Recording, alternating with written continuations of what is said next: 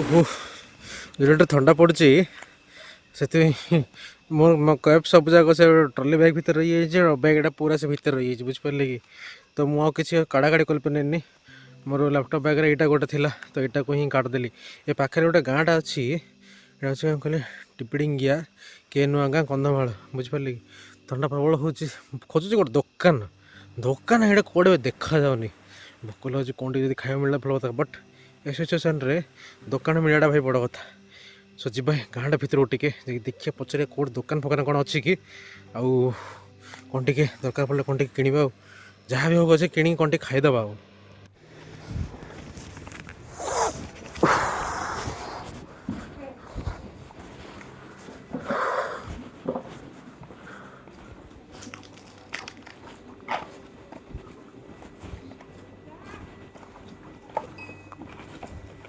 ହଁ ସେଠି ଦୋକାନ କିଛି ନାହିଁ, କିଛି ନାହିଁ। ଓହୋ 1 କିଲୋମିଟର ଆଗକୁ ତ କିଣାକିଣି କଲେ କେମିତି କରୁଛ? 1 କିଲୋମିଟର ଆଗକୁ ଯାଉଛ? ଆଗକୁ ଯାଉଛି ନା ତ ନୂଆ ଗାଁ ଯାଉଛି ଏମିତି ଆଉ। ଓ ନୂଆ ଗାଁ, ଓହୋ ଚାଲିଛି। ଆଚ୍ଛା ଯାହା ବି କିଣିବା ହେଲେ ନୂଆ ଗାଁ ଯିବାକୁ ପଡ଼ୁଛି। ହଁ ଏଇଟା କେତେ ଦିନ ପୂର୍ବରୁ ଆଣିଥିବୁ ଯେତିକି ସାମାନ ଆଣିବା କଥା, ତାପରେ ଯଦି ନିହାତି ଦରକାର ହବ ତ ଯାଇକି ଆଣୁଛି ଆଉ। ଓହୋ 5 କିଲୋମିଟର ହବ ସେ ଧରମପୁର କହିବେ ସେଠି ପୁଣି ଯାଉଛି। ଧରମପୁର, ଓହୋ ଏଇ କେତେ ଘର ଅଛ ଏଠି? ଏଇଟା ଆମର 10ଟା ଘର ଅଛି। 10ଟା? ସେପଟେ ଆଉ ଅଛି, ସେପଟେ ଅଛି ସେପଟେ ଆଉ ଅଛି 10ଟା, ଆଉ ନଦୀ ସେପଟେ ଆଉ ଅଛି 10ଟା, ନଦୀ ସେପଟେ ନଦୀ ନଦୀ ବି ଅଛି? ହଁ ନଦୀ ମଝିରେ ଅଛି।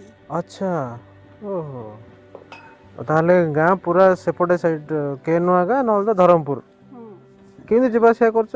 ବସ୍ରେ ନହେଲେ ସାଇକେଲରେ, ସ୍କୁଟିରେ ଗୋଟେ ପାଖ ଟିକେ ହବ ନା। ଓହୋ ସ୍କୁଲ ପିଲାମାନେ ସ୍କୁଲ ଇଆଡ଼େ ମନାରପୁରରେ ଯାଉଛନ୍ତି। ହଁ ହଁ ଆଚ୍ଛା ତାପରେ ବେଶୀ ପାଇଁ ହଷ୍ଟେଲରେ ଖାଲି ରହୁଛନ୍ତି। ଆଚ୍ଛା ଓହୋ ହୋ ହୋ। ଭାଇ ତମେ କୁଆଡ଼େ ରହିଛ ନା? ଆମେ ଆସିଛୁ ଭବାନୀପାଟଣା।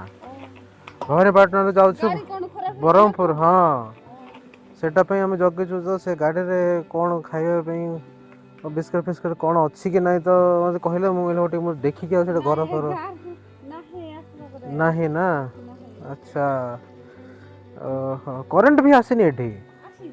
ଆସିଛି କରେଣ୍ଟ ଆସିଛି। ଆଚ୍ଛା ଆଚ୍ଛା ଓକେ। ଷ୍ଟ୍ରିଟ୍ ଲାଇଟ୍ ଫାଇଟ୍ କିଛି ନାହିଁ? ଆଚ୍ଛା ଆଚ୍ଛା ଆଚ୍ଛା ଭୋଟ୍ ଦେଇଥିଲେ ତ?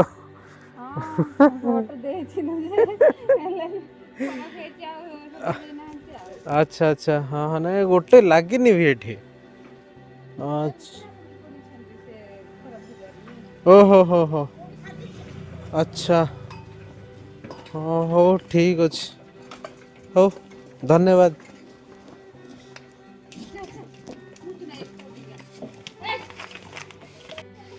ଏଠି ଦୋକାନ ନାହିଁ।